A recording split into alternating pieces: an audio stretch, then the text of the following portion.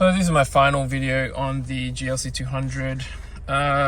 Like I said, the interior is exactly the same as the C200.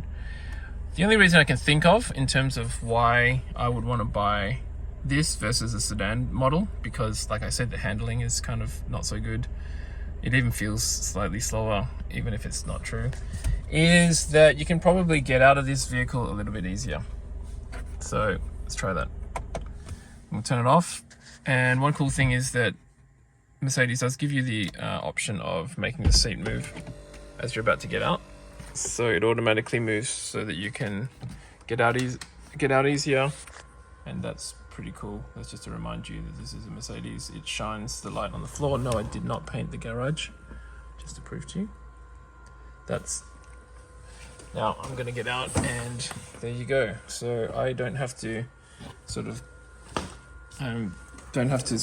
get, it's easier. That's pretty much it.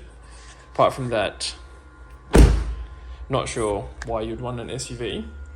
So it's higher, the roof is higher, and the boot is kind of more, the boot space, comments to say is that it's, look, honestly, with the seats up, the boot does not feel any bigger. You can look up the specs, but it does not look any bigger than the C200, except for maybe this little space up here.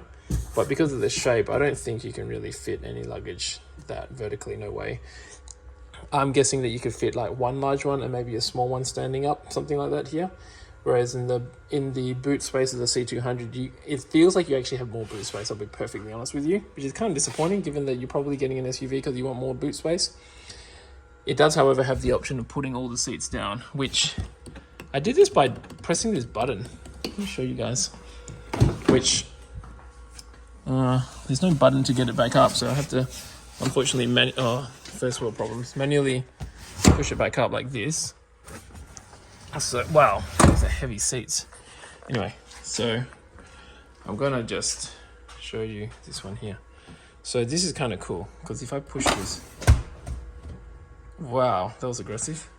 It was like bolting. So this guy, when it goes down, you do have more space. I want to mention one thing is that with the C200s, there are models where you can only move the middle one down and you can't actually move these two seats. Like, go figure. Why on earth would you do that? Crazy. The interior is bigger sort of from a vertical point of view, but from all the other dimensions, it's basically, it feels like exactly the same size in here. So apart from the roof being higher. So if you're taller, sitting in the back, compared to a C200, this car is going to be more comfortable.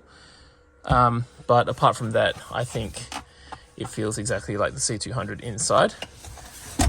By the way, these things are cool. So I do like this. I do like how you can press this and you can drink a cup of coffee if you're sitting at the back. And oh, there's no USB port here. That's kind of disappointing. I think they're here. Yes, the USB, this guy has got USB-C. So finally they put USB-C. Still got these things here, which is kind of very archaic. The old cigarette lighters, which nobody uses as cigarette lighters anyway. So, as far as the SUV versus sedan comparison, the other thing to mention about this car before we finish is that yes, you can get a powered tailgate, which is semi-useful because you could just push it down with your arms, sorry. Is that I think this car just looks dorkier. Come on, let's be honest. This is the SUV version and it looks dorkier. The sedan just looks cooler. Come on guys, really? Like, this looks like I've got no gripes with Toyotas or anything like that, but this looks like just like a Holden or a Toyota car without the, if you didn't have the badge. Like, come on, man. Like, what is actually special about the shape of this car? The grill is cool. Yes, you've got that. You've got the Mercedes sign. But apart from that, it just looks like every other SUV, in my humble opinion. The wheels are nice, but the sedan just looks classier. And the lines in the sedan, like it's got these lines in the sedan, which looks nice on the sedan. Whereas with the GLC, I suppose because it's higher, you kind of like, this gets lost. These lines, these beautiful lines, just get lost. The shape is just not cool. So, and the back of the car looks okay. I just think that the sedan just looks better, drives better, has got basically the same amount of interior space apart from the vertical height. And honestly, the boot space in this car is very disappointing. And I used to drive a CX-9, and it was such a massive car. It was like 5 meters long, and the boot space was like not that great. So, and the interior didn't feel that big. So, and compared to like Odysseys, which are basically vans, that actually has a lot of space in it. Whereas SUVs just don't actually have space. They're just higher off the ground, and that's literally the only reason why they're so popular, I think. I mean, I might be mistaken. There might be some other reasons. They are more comfortable because you get that sort of floaty feeling when you're driving, and obviously the absorption because, it's higher, it's springier.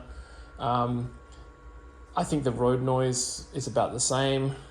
So essentially, I can't really think of too many reasons to drive a GLC versus a C200. Obviously, it's good. It's probably better off-road if you're trying to, if you're driving through sand or something like that, this car would be better. But I don't think you buy a GLC to drive in sand. You're probably driving on the road. So I think, personally, I like the sedan better, but SUV's all the rage. So yeah, those are my thoughts. Let me know what you guys think. Hope that was helpful. Bye.